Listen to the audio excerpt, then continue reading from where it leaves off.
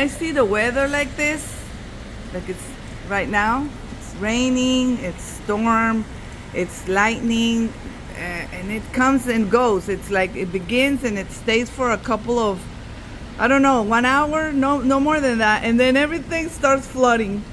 Everything starts flooding. So it's important that everybody remembers to check the grounding in the sites, the grounding in the tower.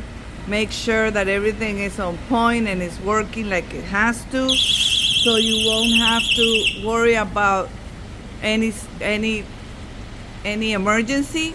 Even though when weather gets like this, or in winter time when it's snowing, or when a hurricane is coming, or a twister is coming, we need to be prepared. So remember, I just have you guys in my heart, in my mind all the time.